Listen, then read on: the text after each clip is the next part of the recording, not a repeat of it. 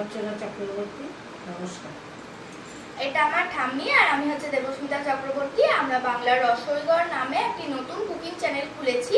আপনারা সবাই ভিডিওগুলিকে কমেন্ট করবেন, লাইক করবেন এবং শেয়ার করবেন আর চ্যানেলটাকে সাবস্ক্রাইব করবেন যাতে আমরা এই চ্যানেলটাকে আরও বড় করতে পারি। তো এখন আমরা একটা নতুন খাবার বানাবো, নতুন ধরনের খাবার, সেটা হচ্ছে দইয়ের কাবাব। আসুন আমরা আমাদের দই কাবাবের উপকরণটা বলে দিই। তো এখানে আছে হচ্ছে হাঁকাট বা জলমুক্ত দই, এখানে আছে হচ্ছে অল্প ধনেপাতা কুচি, লঙ্কা কুচি, গোটা মৌরি আর লঙ্কার গুঁড়ো। এখানে আছে 8-10টা কাজু, জিরে গুঁড়ো, বেরেস্তা বা পেঁয়াজ ভাজা, শুকনো চিড়ে গুঁড়ো, ব্রেড ক্রাম্বস বা পাউরুটি গুঁড়ো। কড়াইটা বসিয়ে দিল, কাজুটাকে এবার ভেজে নেবে হালকা করে দিয়ে। একটু ঘি দিলাম, এবার কাজুটাকে ভালো করে ঘিয়ে ভেজে নিচ্ছি। এবার দেখো দই কাবাবের জন্য পুর বা স্টাফিং বানাচ্ছি। আমি মৌরি, ধনেপাতা, কাঁচা লঙ্কা কুচি বা লঙ্কার গুঁড়ো যেটা দিয়েছি, এর ভিতরে আমি পেঁয়াজ ভাজাটা দিয়ে দিলাম। এবার আমি 1 চামচ দইটা এর মিশ্রণের ভিতরে দিলাম। এবার কুচি কুচি করে কেটে নেওয়া ভাজা কাজুগুলোকে মিশিয়ে নিয়ে স্টাফিংটা তৈরি করে নিলাম। এবার আসুন দই কাবাবের জন্য দইয়ের ডোটা তৈরি করে নিই। এর জন্য প্রথমে দইয়ে 2 বা 3 চামচ ছোলার ছাতু দিলাম, পাউরুটির গুঁড়ো,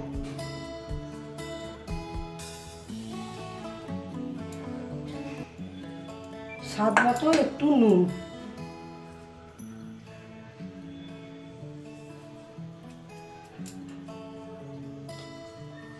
সামান্য একটু জিরে গুঁড়ো।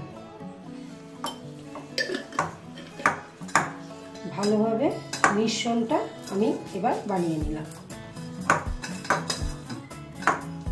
এই ছোট ছোট কাবাবগুলো এর মধ্যে আগে থেকে তৈরি করে রাখা পুরটা ভরে নিয়ে গোল গোল বলের আকারে তৈরি করে কাঁচা চিড়ে গুঁড়ো বা পাউরুটি গুঁড়োর ভিতরে একসঙ্গে মিশ্রিত করে গোল গোল বলগুলো এবার ওর ভিতরে ফেলে দেবো। কাবাবগুলোকে ফেলে কোট করে নিচ্ছি।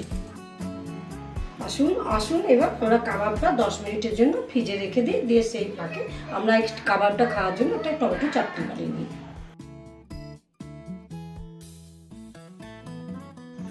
এবার আমি চাটনিটা বানিয়ে ফেলি। আসুন দেখুন, এর মধ্যে দিচ্ছি 2টো টমেটো কেটে, একটু এই দেখুন আদা, 2টো কাঁচা লঙ্কা, খানিকটা আখের গুড়, 2 চামচ লেবুর রস, 3 চামচ সাদা তেল। এবার দেব স্বাদ মতো লবণ। কাবাব দিয়ে খাওয়ার মতো চাটনি আমি রেডি করে ফেলেছি।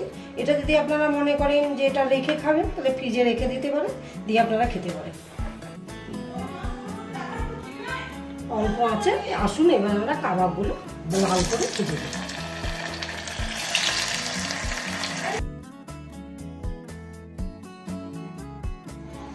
তো আমার ঠাম্মির এখন দই কাবাব উইথ চাটনি বানানো রেডি। তখন আমরা টেস্ট করে দেখি এবং আপনারা বাড়িতে বানান এবং খান এবং আমাদের কমেন্ট করে বলুন যে কেমন লাগলো আপনাদের। তো চলুন খেয়ে।